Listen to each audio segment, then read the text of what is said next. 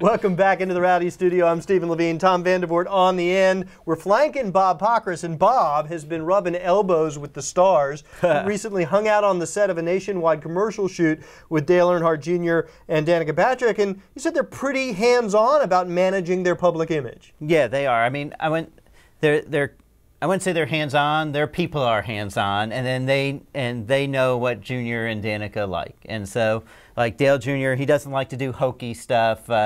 He talked with me a little bit about, you know, those old commercials, the Napa commercials he did with Michael Waltrip, and he said he would never have done one of those on his own.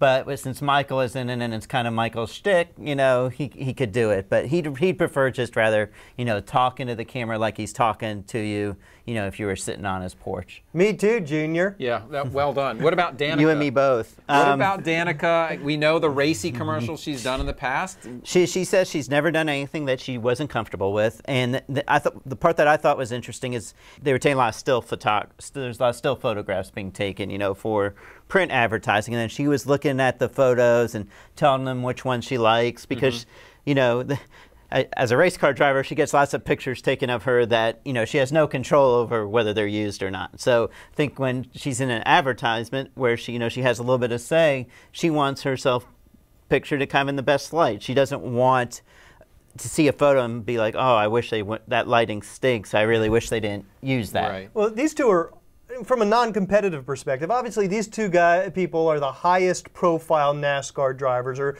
perhaps the drivers with the highest public image. Especially among non-NASCAR among non-NASCAR fans. Did you get the sense that they sort of have that consciousness about them, that they understand, they realize that, and they feel that responsibility or that pressure?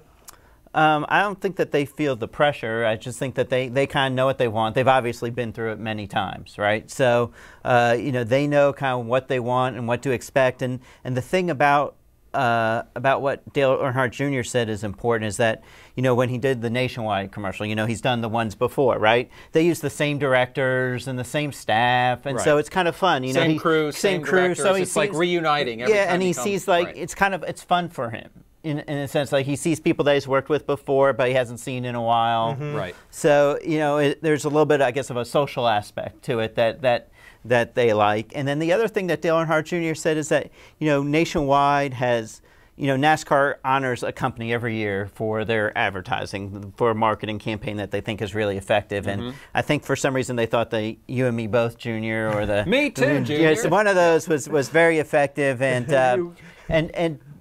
they honored Nationwide for that, and Dale Jr. said he kind of feels like part of that. He was part of the team. He's part of the team, so he feels, you know... Actually, he's the driver of that team, too, if you think about it. That's right. So he takes a little bit of, you know, pride in that, or feeling that, you know, hey, I played a role in that. And, you know, obviously, their livelihoods depend on these sponsors, right? If they don't have these sponsors, they don't get to drive the race cars. So when Nationwide told Dale Jr., we need you to shave and we don't want you to wear sunglasses, he said okay. He shaves and doesn't wear sunglasses.